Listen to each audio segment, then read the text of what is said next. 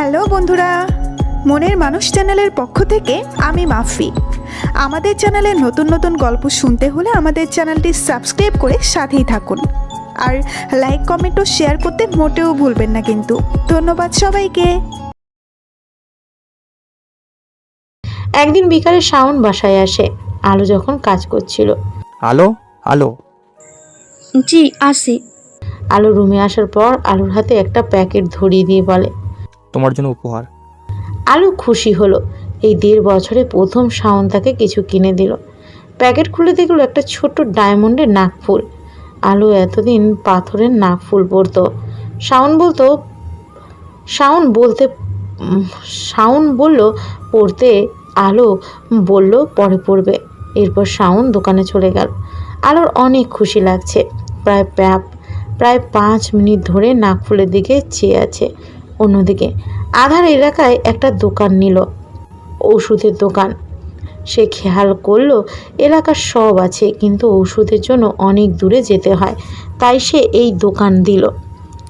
আজ থেকে দোকানে মালামাল এনে সব ঠিকঠাক করবে। আধার নিজের রুমে বসে হিসাব করছে। এমন সময় তার দরজায় কড়া নাড়ল।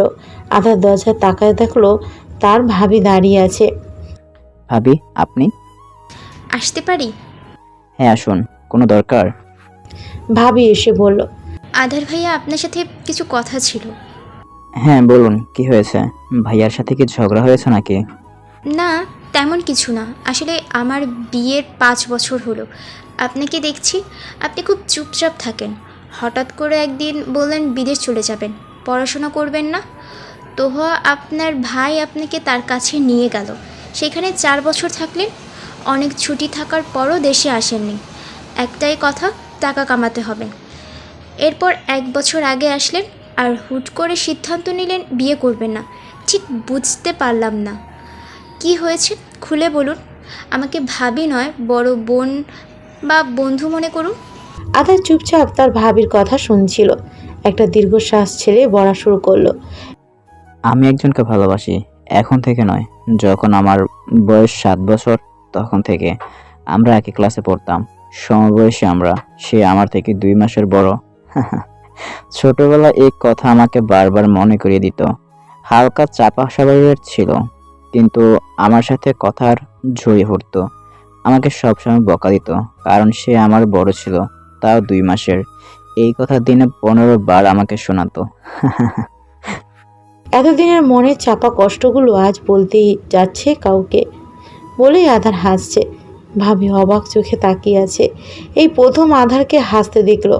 শাশুড়ির কথায় আজ দেবরের সাথে খোলাখুলি কথা বলতে এসে অবাক হচ্ছে। ও বেশ, তোহার সে কোথায়? নাম কি? কোথায় থাকে? ভাবির এমন প্রশ্ন আধারের চেহারায় হতাশ ছেয়ে গেল। নিজের মনের চাপা কষ্টগুলো বের হয়ে চেহারায় স্পষ্ট ফুটে উঠছে। আলো, তার নাম আলো। বর্তমানে সে শ্বশুর বাড়িতে আছে। 14 বছর হয়ে গেছে। তার সাথে দেখা হয় না, কথা হয় না। আচ্ছা ভাবি, আমি আসি, আমার কাজ আছে। কোনো মতে কথা কাটিয়ে চলে গেল আধার। ভাবি যাওয়ার পথে চেয়ে আছে। আধারের মা এসে বলল, বৌমা, কি বলেছে আধার? আর এইভাবে তাড়াহুড়ো করে যে চলে গেল? আলো নামে একটা মেয়েকে ভালোবাসে। আলো নামে কাউকে চিনেন কি মা? আধারের মা চিন্তায় পড়ে গেল। নামটা বেশ শোনা শোনা লাগছে। নাম শুনেছি, কিন্তু মনে পড়ছে না। ওরা একই ক্লাসে, একই স্কুলে পড়তো। একটু মনে করার চেষ্টা করুন। পরের দিন বিকালে সব কাজ শেষ করে নিজের ভাইয়ের ফোনে কল দিল। অনেক কষ্ট করে একটা সেকেন্ড হ্যান্ড ফোন কিনেছি, এটাই ব্যবহার করি। তাও বাবার বাড়ি থাকতে স্টুডেন্টের বেতনের টাকা জমিয়ে কেনা ফোন। খুব যত্ন করে রাখছি। আমি সব কিছুরই যত্ন করে রাখার চেষ্টা করি, তারপরেও আমার যত্নে করা জিনিস হারিয়ে যায়। পরপর 2 বার কল দিলাম, ব্যস্ত বলছে। জানি না, যতবার কল দিই ততবারই ব্যস্ত পড়ে থাকে। তাই ভাইয়ের বউ ফতেমাকে কল দিলাম।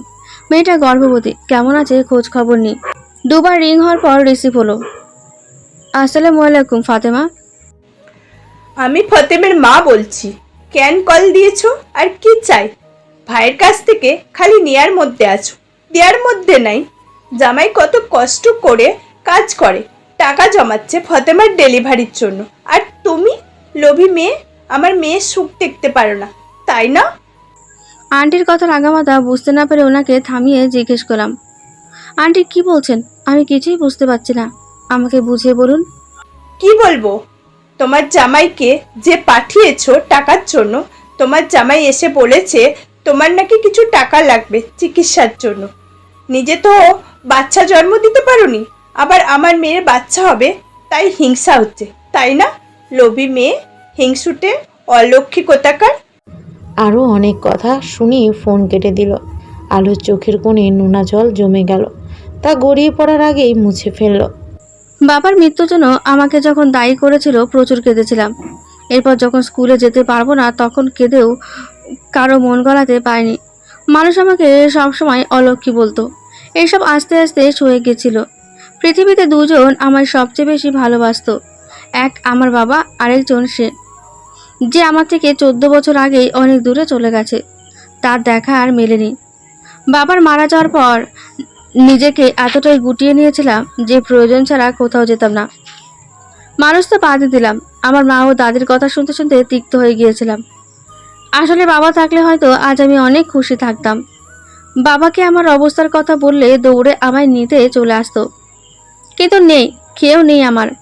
একটা ভাই যার সাথে আমার কথাই হয় না। মানুষ ঈদে বাবার বাড়ি যায়। বিয়ে হওয়ার 2 বছর হয়ে যাচ্ছে, কিন্তু 5 বারও বাবার বাড়ি যেতে পারিনি। এক তো শ্বশুরবাড়ি থেকে আমি চলে গেলে কাজ করবে কে, আরেক হলো বাবার বাড়িতে আমি গেলে আমাকে দাওয়াতের তাদের খরচ হবে। মা আমায় কিছু বলতো না, কিন্তু দাদি আর তার সাথে যোগ দেওয়ার নতুন মানুষ আমার ভাইয়ের শাশুড়ি। আমি জানি আমার মা কখনোই সুখ পায়নি।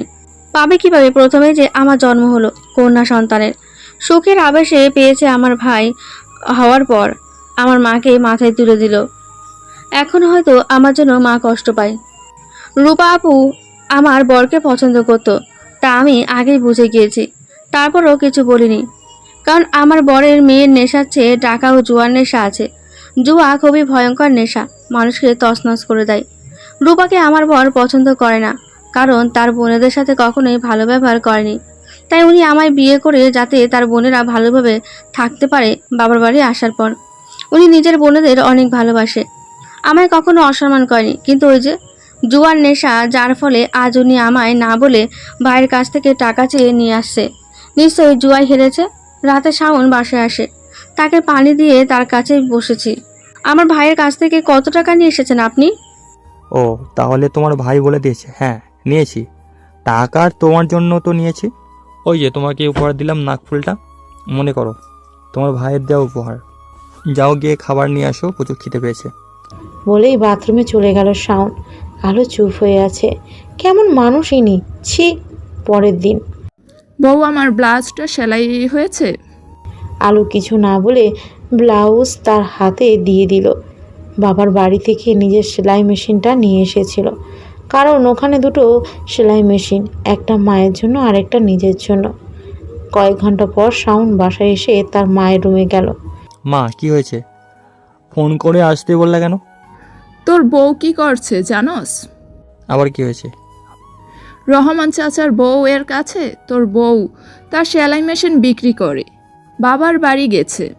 মানে কি? কেন? আর বিক্রি করার সময় তোমরা কোথায় ছিলা? আমার ব্লাউজটা দিয়াই নিজেই বেঁচে গেছে, গা একবারও বলে যায় নাই। এখন তোর বউরে তুই কিছু বলবি? আমার তো দাম নাই। হ্যাঁ, অনেক হয়েছে শাওন ভাই, এবার কিছু করো। বিক্রি করেছে যাতে আমাদের জামা কাপড় বানাই দেওয়া না লাগে। শাওন প্রচুর রেগে আলোকে কল দিচ্ছে, কিন্তু ফোন বন্ধ। 1 ঘন্টা পর আলো এসে হাজির। এখান থেকে বাবার বাড়ি যেতে 40 মিনিট লাগে। আলো কিছু না বলে নিজের রুমে পা বাড়ায়।